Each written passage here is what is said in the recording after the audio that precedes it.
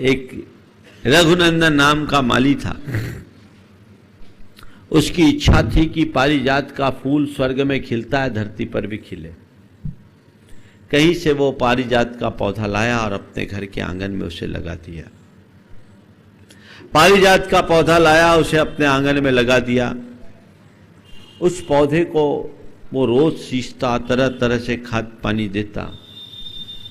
उसके सींचने से, खाद पानी देने से वो पेड़ दिनों दिन बढ़ा, हरा भरा हो गया और एक पौधा विशाल पेड़ का रूप ले लिया। और ऐसा करते करते वह माली बूढ़ा हो गया। वो रोज सोचता कि आज इसमें कोई ना कोई फूल खिलेगा, आज कोई ना कोई फूल खिलेगा, आज कोई ना कोई फूल खिलेगा। 24 घंटे पेड़ में रमा रहने वाला रघुनंदन रोज पुष्प को देखने की अभिलाषा लेकर पेड़ के पास आता और पेड़ में फूल। अपनी व्यथा उस संत के चरणों में प्रकट की और कहा, गुरुदेव आखिर ये पेड़ फूलता क्यों नहीं है? ये पेड़ कब फूलेगा? गुरुदेव आखिर ये पेड़ कब फूलेगा? संत ने कहा, अपनी योग दृष्टि से उस पेड़ को देखा और कहा, रघुनंदन ये पेड़ कभी नहीं खिलेगा, ये पेड़ कभी नहीं खिलेगा। वो एकदम मर्माहत हो उठा, भारी मन से उसने पूछा, प्रभु आखिर ये पेड़ क्यों नहीं खिलेगा? रघुनंदन ये पेड़ बांझ है, ये बढ़ तो सकता है पर खिल नहीं सकता। ये पेड़ बांझ है, ये बढ़ेगा पर खिलेगा नहीं। तभी रघुनंदन के मुख से आह निकली और उसने कहा, हाय मैंने अपना सारा जीवन एक बांझ पेड़ की सेवा में समर्पित कर दिया। काश मुझे इसका पहले एहसास हो जाता। बंधुओं अपने मन से पूछो, कहीं तुम किसी बांझ पेड़ की सेवा में निरत तो नहीं हो? किसी बांझ पेड़ की सेवा में तो नहीं लगे हो?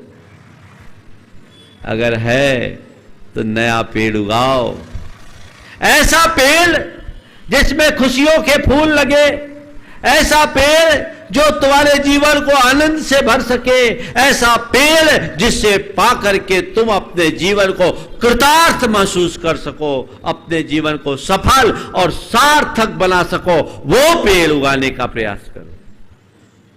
वो हमारी दृष्टि में होना चाहिए। अगर ऐसी दृष्टि हो तो हमारा जीवन निश्चयतः धन्य होगा, और ऐसी दृष्टि नहीं तो सब व्यर्थ होगा। तो अर्थ समझे, अनर्थ नहीं होगा, कुछ व्यर्थ नहीं होगा, जीवन कृतार्थ होगा, आप परमार्थ को प्राप्त करने में समर्थ हो जाओगे, और अन्यथा सब खत्म, जीवन व्यर्थ जा रहा है।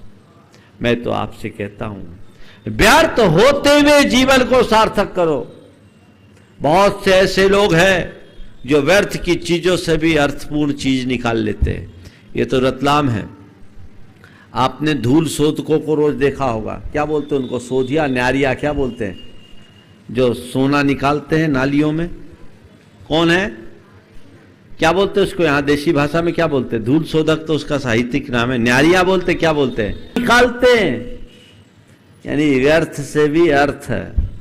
और आजकल तो वेस्ट मैनेजमेंट में ये सिखाया जाता है कि व्यर्थ की चीजें जो वेस्टेज है उससे भी आप पावर जनरेट कर रहे हैं, उनका उपयोग कर रहे हैं, उनकी रिसाइकलिंग करके काम कर रहे हैं। यानी व्यर्थ को अर्थ देने की बात दुनिया सीख रही है, पर जीवन को व्यर्थ कर रही है।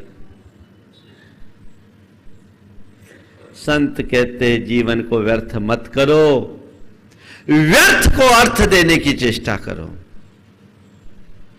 व्यर्थ को अर्थ, मैं तो कहता हूं जो दे सके व्यर्थ को अर्थ, जो दे सके व्यर्थ को अर्थ, वही सिद्ध, वही समर्थ। वही सिद्ध, वही समर्थ। व्यर्थ को अर्थ दो। ये शरीर व्यर्थ है, पर यदि तुमने संयम धारण कर लिया तो उसे अर्थ मिल गया। मल मूत्र का पिटारा जगत पूज्य बन जाता है। क्यों? व्यर्थ को अर्थ मिला तो। रास्ता अंगीकार कीजिए, धर्म को धारण करने का सत प्रयास कीजिए, भावना जगाइए, तो जीवन में एक नई ऊंचाई घटित होगी और हम अपने जीवन में कारगर उपलब्धि अर्जित कर सकेंगे। अन्यथा क्या है, आया गया चला गया, कहे खाए खोया रह गया और हाथ कुछ नहीं आया। बस एक दिन हमारी कहानी, थोड़ी देर पहले तो मेरी उससे बात हुई, अभी अभी तो उससे ये बात हुई और वो चला गया। बंधुओं, समझिए, जीवन के प्रयोजन को समझिए। ये जीवन किस लिए मिला? बोलो, नर्तन क्यों पाए हो तुम? बोलो, किस लिए मिला तुम्हें जीवन? बोलती सी बंद हो जाती तुम लोगों। मैं पूछ रहा हूं, तुम्हें ये नर्तन किस लिए मिला? हाँ? आत्म कल्याण करने के लिए। और कर क्या रहे हो? हाँ? मैं एक सवाल करता हूं आपसे। कई ऐसे अपराधी होते हैं जो किसी बड़े अभियोग में अभियुक्त बनकर जेल जाते हैं, पर कभी कभी कुछ खास परिस्थितियों के कारण उन्हें पैरोल पर छोड़ा जाता है ना। हाँ, पैरोल पर छोड़ा जाता है, और जब पैरोल पर छोड़ा जाता है तो उसके साथ उसका रीजन भी दिया जाता है, कारण भी दिया जाता है। जिस वजह से उसे छोड़ा जाता है उसी वजह से उसे छोड़ा जाता है। समय पूर्ण होने के बाद उसे वापस बुलाना पड़ता, आना पड़ता है, जाना पड़ता है। और ऐसे व्यक्ति को जिसे किसी खास वजह से पैरोल पर छोड़ा जाए और वो व्यक्ति बाहर आकर के उसके विरुद्ध आचरण करता हो, तो उसके साथ क्या होता है? बोलो, उसके साथ क्या होता है? बोलो तो। हाँ, वो पैरोल बीच में ही उसकी तोड़ दी जाती है और दोबारा फिर उसको कोई अवसर नहीं मिलता ना। तो भाइयों, ये मनुष्य जीवन भी एक प्रकार की पैरोल है।